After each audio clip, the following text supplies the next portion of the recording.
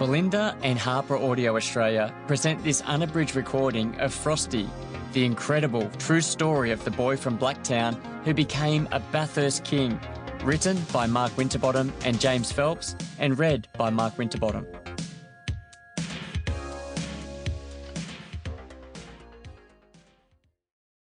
To the dreamers who never surrender, this is for you. 1. The Westie. So what do you think? Mum said as she checked my seatbelt. Yeah, it's all right, I replied. All right, Dad said as he turned to look back at me from the driver's seat. It's better than all right. This is a Nissan Bluebird, just like the one that George Fury is going to put on pole for the Bathurst 1000 today. Mum rolled her eyes and had a little laugh. Yeah, no one can beat Peter Brock, I said. I was only 3.5, but I was old enough to know two things. 1, nobody liked Nissan, and 2, nobody was better than Brock.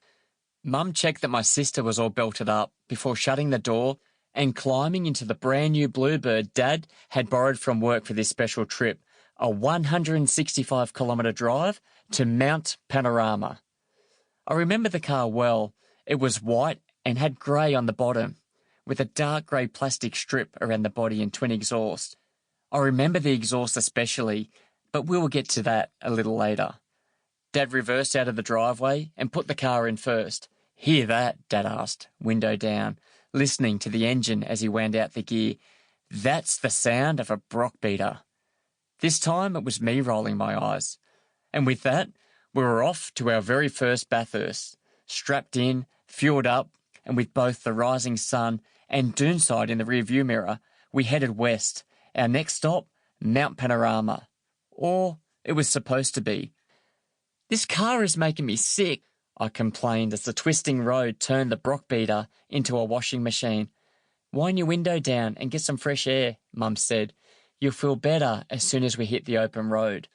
I grabbed the winder and sucked in a gulp of frigid air as I looked out the open window at a seemingly endless vista of hills and valleys, everything green. I had no idea the world was this big, or that a car could make you feel so sick. No wonder no one liked Nissan. I think I'm going to spew, I yelped. You better not, Dad said. Or matter of fact, his eyes never leaving the road. He was a man on a mission. Mum turned and looked back at me. Darl, you better stop, she said to Dad. He's turned green. My first memory of Bathurst is chucking up on the side of a road somewhere in the middle of the Blue Mountains. Hunched over and heaving, I spewed up my stomach and then told my mum I wanted to go home. I couldn't understand why we had to go to Bathurst when we could watch it on TV. My second memory of Bathurst is even more painful. There it is, Mum said as she pointed out the window to her left. Mount Panorama. Finally, I thought. I just wanted to get out of this car. It was supposed to be a 2-hour trip from our place in Western Sydney to Bathurst, but with all the roadwork, traffic and a spew stop, the trip took over 3 hours. I looked out the window towards where Mum was gesturing. Where? I asked. Over there, Mum said, pointing to a green hilltop in the distance. You can see all the smoke from the campfires. While I was too far away to see people, I could see the colours that they wore. And aside from the green grass, there were only 2 colours on the top of the mountain, red and blue, Holden and Ford, which is why Dad shouldn't have driven us there in a Nissan.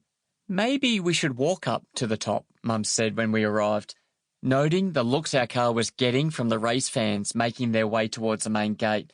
Not a chance, Dad said, ignoring the 2 fields that had been converted into car parks and continuing along the dirt road that split them. The crowd thickened and the looks hardened as we climbed the mountain. Look, Dad said, that guy is wearing a Nissan jacket. Dad honked the car horn. Mum sank back into her seat, probably wishing Dad still worked at the Holden dealership and that the car he'd borrowed for this trip was a Commodore. Dad proudly parked the Nissan between a Ford Falcon and a Holden Commodore when we reached the top. I jumped out of the car as quickly as possible and looked around. It was a heaving mass of blokes and beer, of body odour and burning wood. I peered down towards the track, but couldn't see past all the flags, tents and people. Sample complete.